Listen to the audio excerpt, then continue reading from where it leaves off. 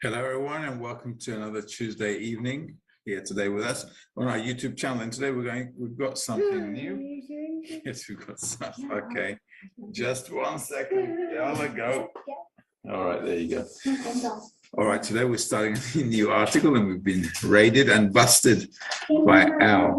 Okay, today we're starting an article called Arvut. It's called The Mutual Responsibility, and this article is about the society. It's about actually the whole world, all of us, and all of us who live here on Earth, and how we all need to be interconnected in order to make it the best of our existence. And our failure to do so will only bring us more grief and more wars and natural disasters, all kinds of viruses, pandemics, you name it. Okay, as humanity's history is getting from bad to worse, we need to understand why our nature is ruining our lives and what we can do about it. And what we can do about it is here in this article. Now, Bala Islam wrote this about, I guess, about 70, 80 years ago. I think it was in the 40s, if I'm not mistaken. However, though, or the 20s, I'm not quite sure. But it is very relevant for us today, because in society, in the 21st century especially, we understand that if we do not connect correctly, then what happens is we connect incorrectly by default, and that just brings about wars and all kind of unpleasant things. And even now, for example, the Ukraine and Russia, they're in a conflict, and there are a lot of crises with respect to food, oil, natural resources, energy, and this is just impacting everybody. So it's very important for all of us to understand that we're living under the same sky, and if we don't connect properly, we're just shooting ourselves, in our foot, in our own feet. We're shooting ourselves in our own foot. So let's take a look at what this article is talking about.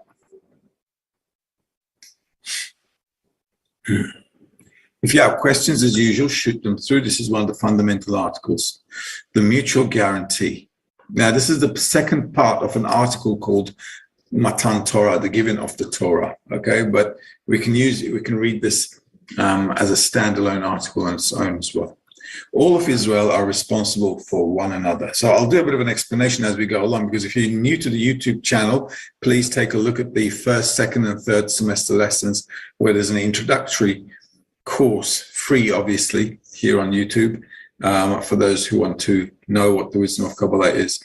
All of Israel are responsible for one another. Now, when it's talking about Israel, it's not talking about a country or a group of people who have a certain ID or a passport, right? All of Israel are responsible for one another means that a group of people who've come together to connect in order to attain the purpose of life, they're called Israel. Israel comes from the word Yisrael, Yashar El. It means straight to the Creator. So any person in the world, doesn't matter which country, which religion, doesn't matter where he's from, it doesn't really matter. If a person has an inclination towards attaining a higher level of consciousness, which is called the consciousness of the Creator, or his attributes called love and bestowal, then that person is called Yisrael, Yashar El, or Israel. All right? So don't get it confused with all kinds of religious stuff that you might be hearing on, other places, on the internet or around the world. It's got nothing to do with it. Israel is a spiritual concept. It's an inclination inside a person, which a person can direct towards the meaning of life. So it doesn't matter where you're from, you can be called Israel if your inclination and your purpose in life is to attain the meaning of life. All right, which is to attain the attributes of the Creator, which equals love and bestowal. So when it says all of Israel, it means all of those people who yearn for that one goal. This is to speak of the mutual guarantee when all of Israel became responsible for one another, because the Torah was not given to them before each and every one from Israel was asked if he agreed to take upon himself the commandment of loving others in the full measure expressed in the words, love your friend as yourself, as explained in the article Matan Torah. This means that each and every one in Israel would take upon himself to care and work for each member of the nation to satisfy all their needs, no less than the measure imprinted in him to care for his own needs. Okay, so this is just a very basic definition of what a group of people who are yearning for the purpose of creation need to do amongst each other. It's just a formula of how to attain this higher goal. So all of us need to be responsible for one another. And only if we are responsible for one another, that is the only time when we can receive the Torah. Torah means enlightenment, because Torah comes from the word light and user manual. So if you use the method, the manual correctly, you will get enlightened. And you need that mutual responsibility within the group towards the goal. So they couldn't have a higher level, they couldn't reach a higher level of existence or perception until they all came to understand and realize that we all have to care for each other. We all have to love each other. And there is no other way. And if we don't all think about each other like we think of ourselves, then we're just not going to be able to have a good life. The only time we can have a life of security, of confidence, of abundance is when everybody's thinking of each other and everybody really has what they need in life. Because the world is enough for all our needs, but it's not enough for one man's greed. So what we have to do is, by default, just like in the still, vegetative, and animate levels of nature, just like they live in a balanced state with nature, they don't consume more than what they need, and they don't cause harm to their environment. They only take from nature what they need. We also need to come to that state of balance. Our failure to do so is just going to be another war, maybe third, maybe fourth, God knows what. And that's it. So there'll be no end to all our sufferings. So we need to all take care of each other, and that is the law. That is the rule of nature. Once the whole nation, which is the whole group, unanimously agreed, unanimously means everyone. If one person among us doesn't want to take this upon himself, then we won't make it, because we then have to compensate. Everybody else has to compensate for that person. So by default, we won't be able to make it. And nobody else can fulfill the role of another, because we're all different and we're all complementing each other. We're all completing each other.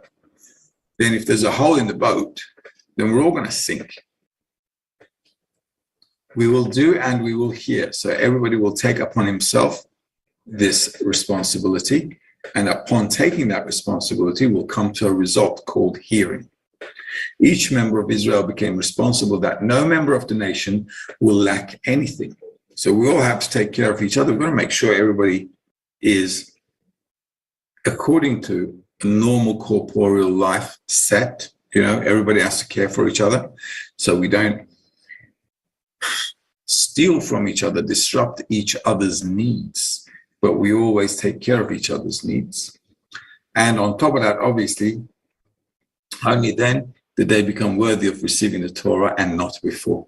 So unless we come to this voluntary understanding and agreement between us that we're all going to take care of each other, there's no way we're going to reach a higher level of attainment or a higher level of existence. We're just going to crawl on this planet and start rolling around like a bunch of cockroaches from one war to another.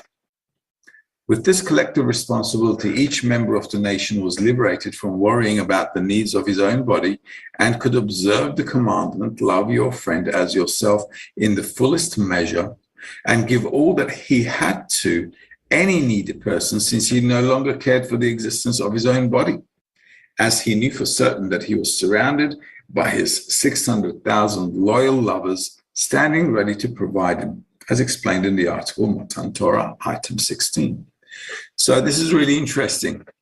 With this collective responsibility, each member of the nation was liberated from worrying about the needs of his own body and could observe the commandment, love your friend as yourself, in the fullest measure. What does that mean? Well, it means that we can only get this done if we all do it together.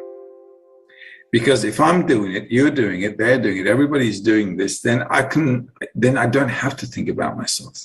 You see, the key to getting out of self-thought and self-worry is the reception of the confidence from society that you are taken care of. There is no other way, otherwise I won't be able to get out of myself. I will always have self-worry, because our nature by default is always going to think about ourselves first. And because we think about ourselves first, there's no way I can stop thinking about myself under normal circumstances of human egoistic connection. However, though, if we all decide that we're going to take care of each other and we all do it, and if I can receive that confidence, it's just a feeling and sensation that everybody's thinking about me and I'm thinking about everybody else, and everybody's thinking about everybody else, and everybody's in this loop of thinking about everybody else, then all of us get this confidence. Then we can stop thinking about ourselves. And that is the key, and that's why we need a society. Why? Because then, given all that he had to any, okay, so what does it say here? So that, let me just read that again. With this collective responsibility, each member of the nation was liberated from worrying about the needs of his own body and could observe the commandment, love your friend as yourself, in the fullest measure, and give all that he had to any needy person, since he no longer cared for the existence of his own body. So if I saw a needy person, and if everybody else saw that needy person, and we were all providing for him, and then we're all providing everybody's needs, right? Mutually, because everybody's need is different. Okay, need doesn't mean something material or corporeal either. Corporeality is not a problem to fulfill at all. What's really important to fulfill between people is the emotional fulfillment. At the end of the day, we can all go get a fridge for everyone. Okay, it's not a problem. We can all go get a TV for everyone. That's not a problem either. But what we're really lacking in humanity is that emotional connection and fulfillment between people. And this is why we're feeling most of the time insecure or worried about our lives, simply because it's like everybody's out to get you. And if you feel like the whole world's out to get you, you've got no other choice but to think of yourself and cover your backside. And that's just how it is. However, though, if we're in a society, a group of people who study spirituality in order to come to the purpose of life, then we can all think about each other. And this thought process, thinking of the others instead of thinking of myself, thinking of their well-being, is already a force in nature, because there's the power of thought. Maybe you've heard about it or not, but the power of thought is much more powerful than anything else, because thoughts move around space. This is why you get an idea all of a sudden, right? Sometimes you walk in the street and you get an idea. Or sometimes you're sitting down and all of a sudden you get an idea. Where do you think you're getting all your ideas from? All your thoughts and ideas are, it's like in a cloud, right, among us. So it's not in your mind, it's not in your brain, and your brain is not generating some kind of an idea. It's generating the outcome of what you're receiving from the environment. This is why it's very important for us to understand that the only way we can live together is by making sure that we're all connected in a good way and that everybody's taken care of. If everybody cares to take care of everybody, the society will flourish. We will not have any person lacking anything whatsoever. For this reason, they were okay, let's see what else. Okay, let's go to the next paragraph. For this reason, they were not ready to receive the Torah at the time of Abraham, Isaac, and Jacob, but only when they came out of Egypt and became a complete nation. Only then was there a possibility to guarantee everyone's needs without any care or concern. So you can't do this mutual responsibility in a family, okay? Because by default, we're in a family, we're connected. So it has to be a group of people. And most often than not, when we come to the wisdom of Kabbalah, we always come, pretty much on our own. And, we don't know anyone. It's like everybody's a different person. We don't know. We're just completely new. And it's a wonder. But what I need to do is I need to connect with them. And the group is like a mini model of humanity. So I don't know any of them, and there are all kinds of people from all kinds of backgrounds. And this is really important because it allows me to kind of connect with any kind of person. And so wonder how the group gets into this kind of structure. Really, it's just a miracle where everybody is from different backgrounds, different cultures, different languages, religions, beliefs. It doesn't matter. Everybody has a different background, especially in B'nai Baruch, right? In the B'nai Baruch World Group, we've got people from over 70 countries speaking different languages, having different cultures from South America to North America to Africa, Asia, Middle East, Europe, you name it, Russia, everywhere, all right? China, Japan.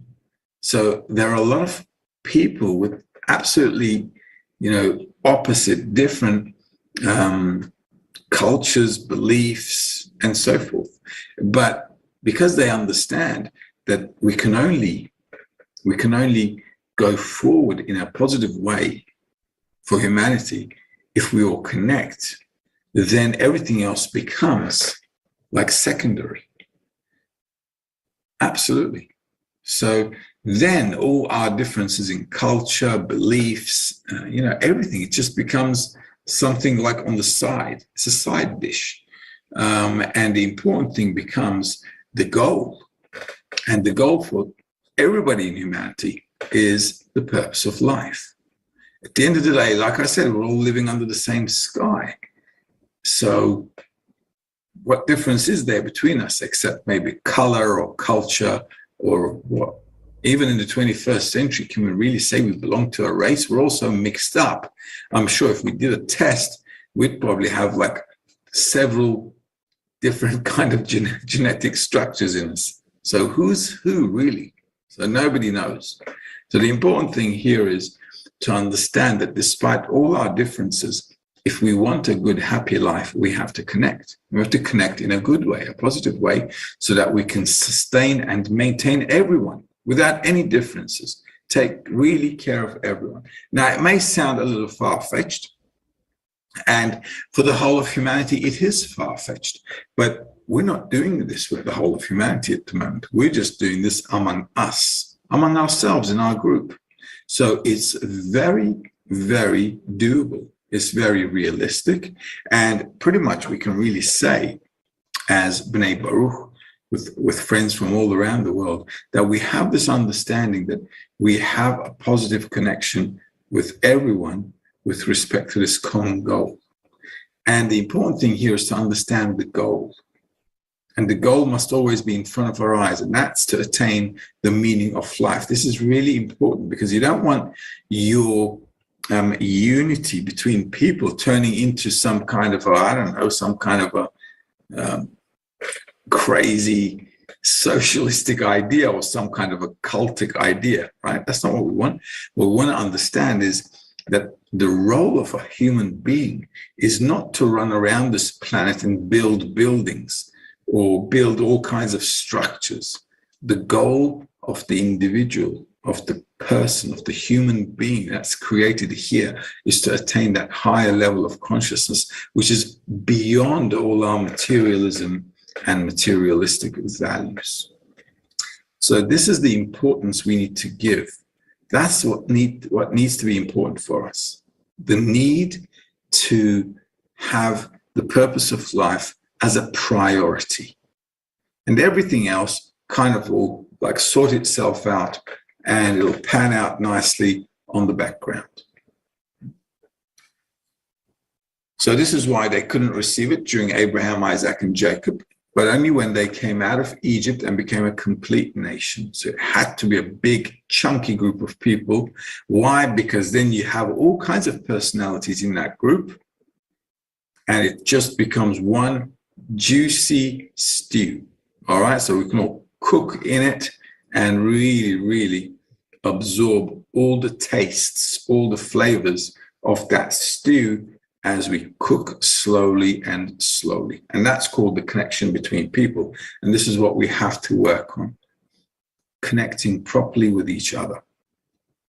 Only then was there a possibility to guarantee everyone's needs without any care or concern. So once I feel everybody thinks about me, and once I feel everybody thinks about me, I cannot think about myself. So by default, I begin to think about others. And that's the whole trick. And that is what we need to attain in society, in the group. If I understand that the friends care about me, I cannot think about myself. It's just silly to think about myself if I know that I'm always taken care of. That's it. However, while they're still mingled with the Egyptians means while I'm still under the control of corporeal desires. If materialism is still important for me, then that individual is called an Egyptian. All right, obviously it has nothing to do with Egyptians living in Egypt, right? So this is just a metaphor, right? This is allegorically explaining to us the inner state of a person. A portion of their, why? Because while they were still mingled with the Egyptians, a portion of their needs was necessarily given into the hands of these savages, permeated with self-love. Same in a group. If the group has a group of people in it who are concerned about themselves only, who are still egoistic, then that group cannot attain Arvut. We cannot come to mutual guarantee. No way. Why? Because we're going to be working extra more. We're going to be working more than what we can do in order to fulfill those people. And that extra work will not be enough. It won't be enough. So we'll be lacking things in society. Not everybody will be fulfilled. So if a part of society doesn't agree and doesn't, do what they're supposed to do and how they're supposed to do it with responsibility, then the whole society suffers. You can see it in every society today. If in any country the society is not in unity, they're just, corrupted. They're corrupted. They're just broken. Absolutely. And you can see this in every country today, really. Thus, the portion that is given into the hands of foreigners will not be secured for any person from Israel, because his friends will not be able to provide for those needs, as they will not be in possession of them. Consequently, as long as the individual is troubled with concerns for himself, he is unfit to even begin to observe the commandment, love your friend as yourself. So as you can see, there's a strict law here, and that law is all or nothing. In spirituality, there is no 99.99999%. It's either 100% or no deal. Okay, there's no other way. So also in our body as well, right? One cancerous cell is enough to knock us out over a period of time. That's it, it's game over. So it takes just one cell, and it takes just one individual, two individuals to stop this application of mutual responsibility, and then everybody falls. There's no other way. So this is very important. And in order for us to understand that, we really need to work on it. We really need to be in an environment that's constantly reminding us and teaching us, explaining it with all kinds of examples. Just like with the articles we're studying, with everything that we study, we need to understand that in order for me to get out of myself, everybody has to think about everybody else and not about themselves.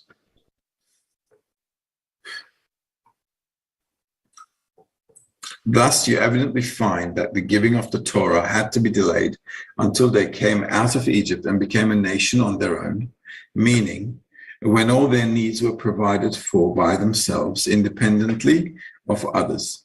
This qualified them to receive the above Arvut. And then they were given the Torah. It turns out that even after the reception of the Torah, if a handful from Israel betray and return to the filth of self-love without consideration of others, that same amount of need that is put in the hands of those few would burden each one in Israel with the need to provide for it themselves, because those few will not pity them at all. So this is an ongoing process. It's not like a one-off deal, right? We just did this once and that's it. Now we can run away from it. This is an ongoing thing. This has to be like our way of life. So in a spiritual group who wants to elevate themselves beyond their borders of self-perception, what we have to do is just make sure that all of us are engaged in this to the full extent.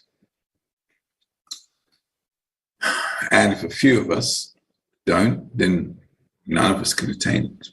So this needs to be an ongoing situation all the time. And well, what can you do? This is how it is. Why does it need to be ongoing? Simply because our egoism is increasing day by day. So in order for me to constantly elevate myself to a higher state, I need to overcome the next degree of egoism that reveals inside of me. How's it going to reveal inside of me? Well, the more I try to connect and bestow, I should discover in me what is against that new level of connection that I need to attain.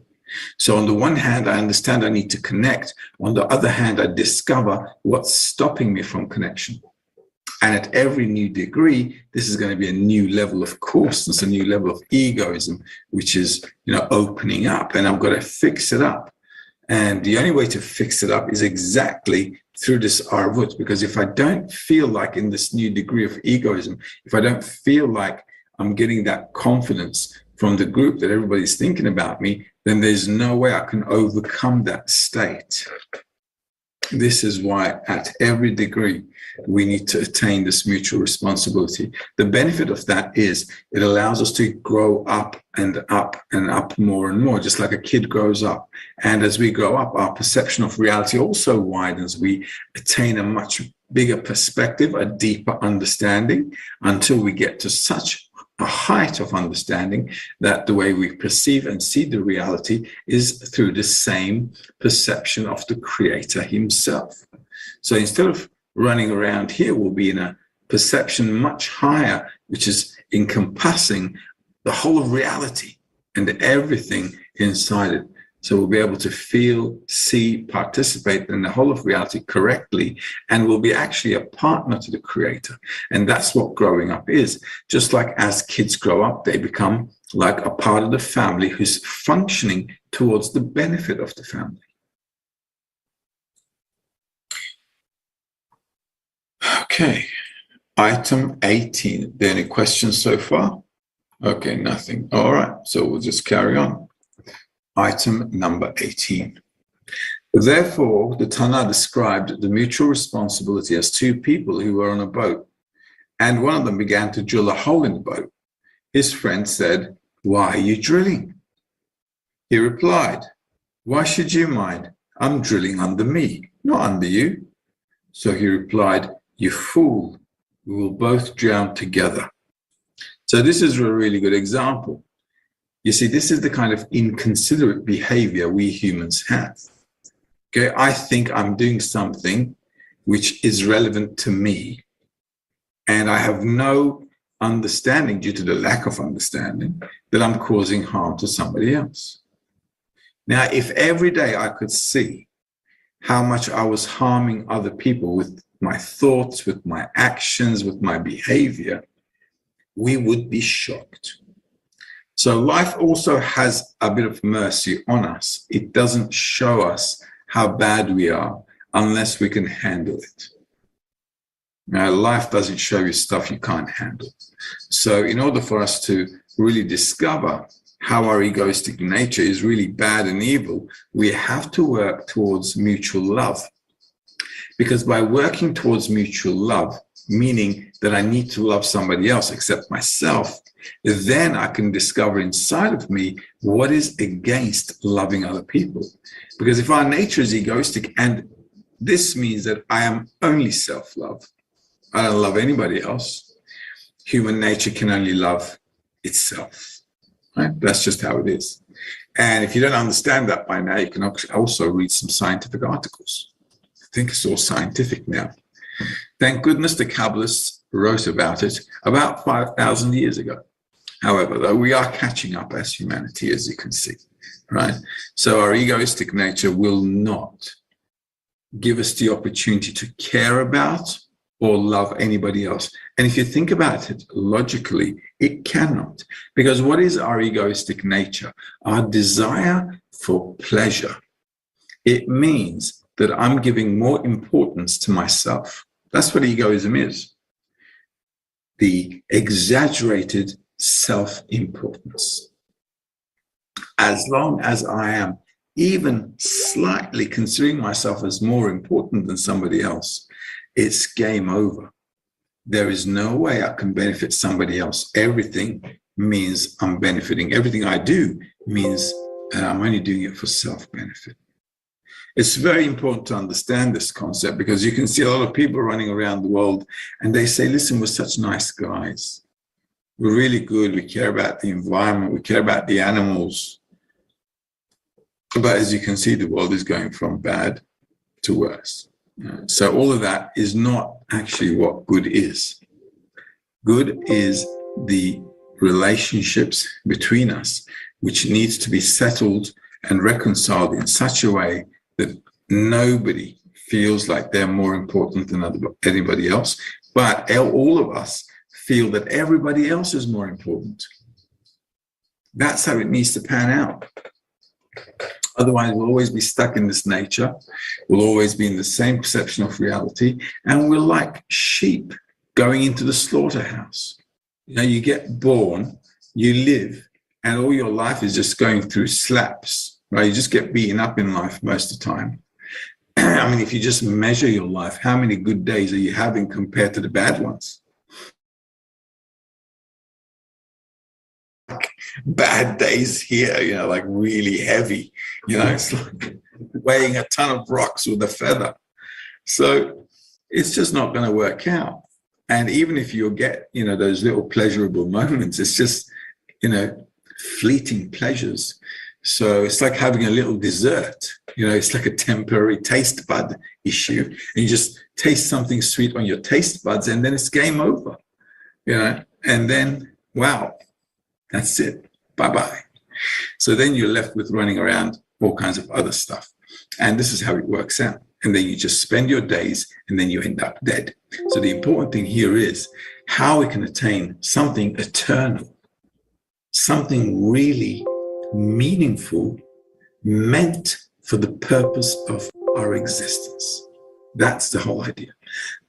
Because our existence has to be much more and beyond what we're going through in this life.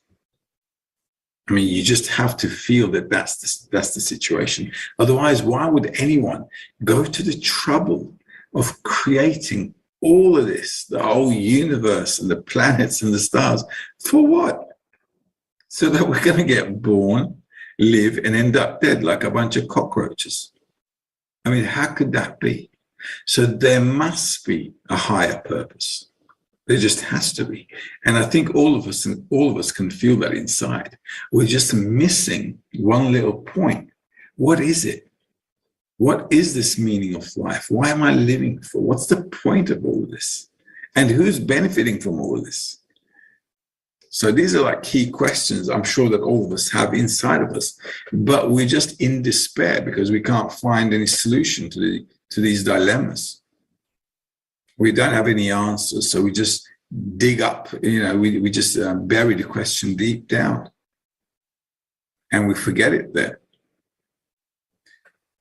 All right, so this is a new era. The 21st century is a new generation. It's a new era for all of us in humanity, and it's definitely a wake-up call for all of us. So the more we advance in looking, seeking, searching for the meaning of life and working to attain it, the better it will be for all of us, for the individual and for everyone else. So we have to make sure that we stop drilling a hole in the boat. And the whole of humanity, if you think about it, the whole of humanity is on the same boat. Right now with Ukraine, wheat supplies are, wheat supplies are not enough, or sunflower oil, cooking oil is not enough around the world now. See how inflation is going up, and inflation will go up even more. Corn prices are about to go skyrocketing. Same with wheat. Recently, they came down a little bit, but only to be brought up again. Why? Because we're lacking. Demand, supply, simple equation. Now think about it. There is enough wheat in the world for everyone. Okay, there is. But we're not able to supply it because one egoist decided to wage war on another one. You understand what I'm talking about? See how egoism is impacting all of us. Now you might be thinking, why are we having this inflation? Like, I'm on the other side of the planet. I haven't done anything wrong. I'm just living my normal life in my own town, village, whatever. Why do I have to suffer? Because we're all interconnected. Because of two people going through a war, everybody's now going through inflation and fuel price hikes, and fuel prices will go even higher and you will be shocked. So food prices, fuel prices, everything is going to go up and up and up and still going up. It's going to be hyperinflation. And that's just how it is. Why? Because two guys are having a fight because they can't sit down quietly and get along. That's just how it is. It's very childish, like two kids in school fighting. Well, what can you do? They cannot overcome their own nature. They just can't help themselves. They can't stop themselves. So all of us have to suffer. And this is what mutual responsibility, this is what this article is talking about. It doesn't matter who is arguing. As long as there's a drama in the world somewhere, we're all affected. And the beautiful thing, well, I can't say the beautiful thing, obviously, but what we do see in this war is this is how it is. See, this conflict, this war is beginning to show us the truth. That if we keep fighting, we're just going to cause ourselves harm. And everybody's having a problem then.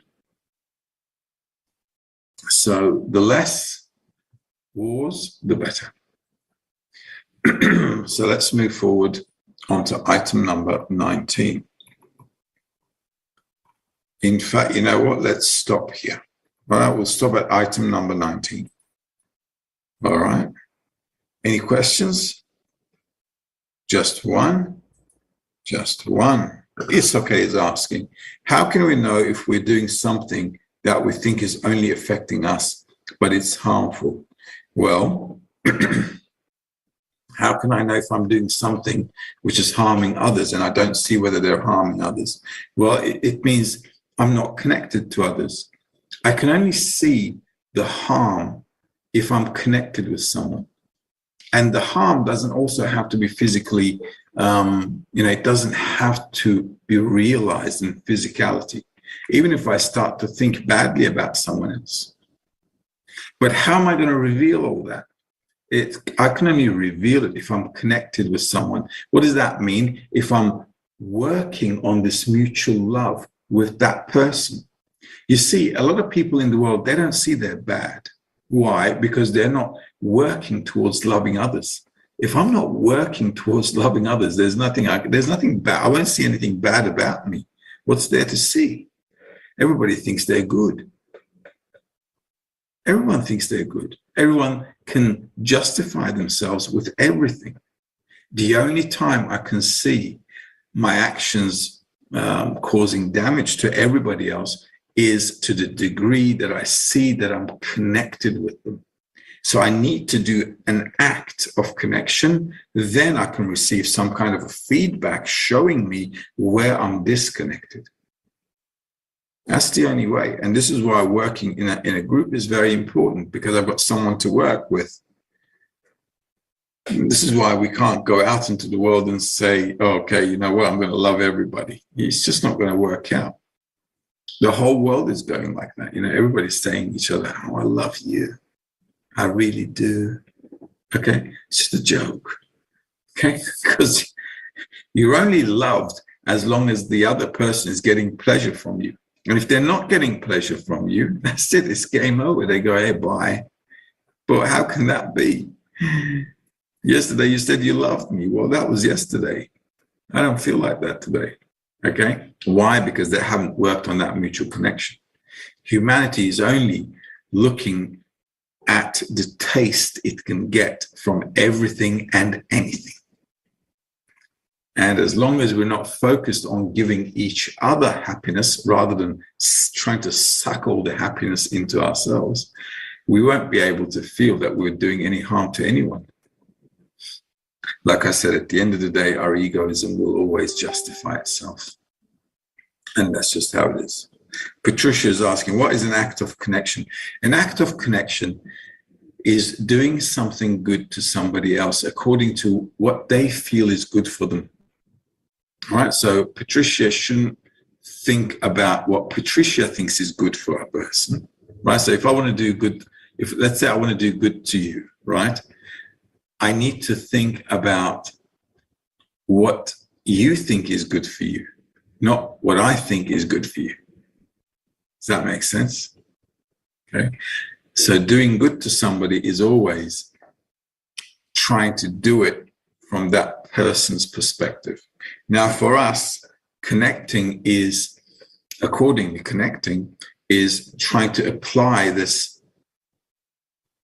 act of loving each other, of thinking for the better or the benefit of the other person.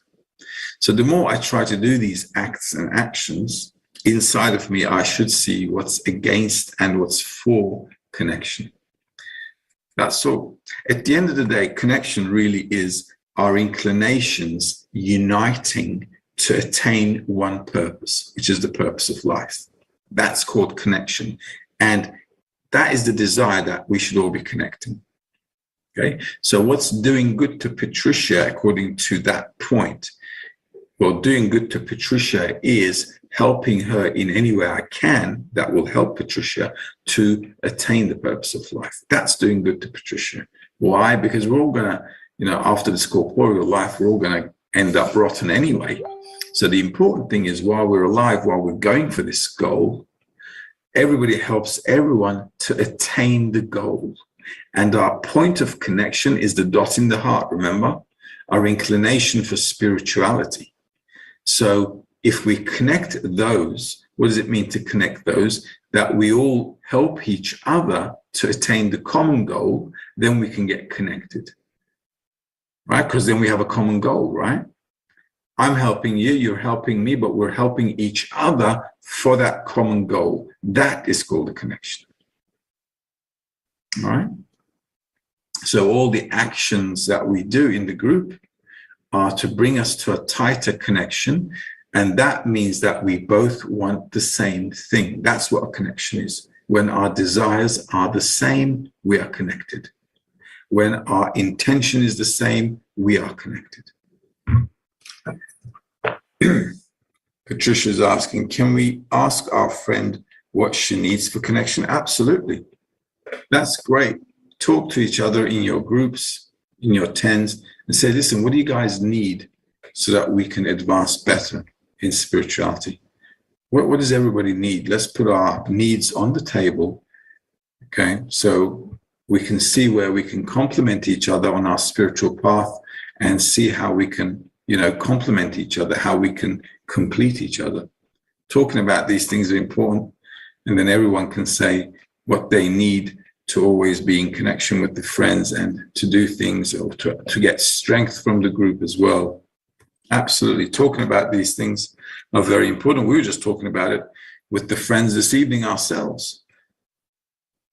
What we need to do as a group to ensure that our friends are going to be stronger and they'll be, motivated, they'll have a desire so that we can all wake up for the morning lesson and come fresh and, start the day fresh with a new desire, a new intention to connect much better than yesterday's. So all of these things are worth talking about, and they're all contributing to our advancement on the path. All right, ladies and gentlemen, we're going to call it a day, and that's it, right? That's about all the questions we have. We'll carry on with this article next week. It's a really nice article. I must have studied this article with the group quite a few times over the years since I came to B'nai Baruch, like in 2001, 2002. And we've been going over this article a lot. And every time we go over it, it's just funny how you can see through humanity, through everything that's happening in the world, how this article is so connected to whatever we're going through. It's really interesting. All right, we're going to love you and leave you. See you guys next week, God willing. All right, if all is well, and we'll carry on. Have a good one. All the best.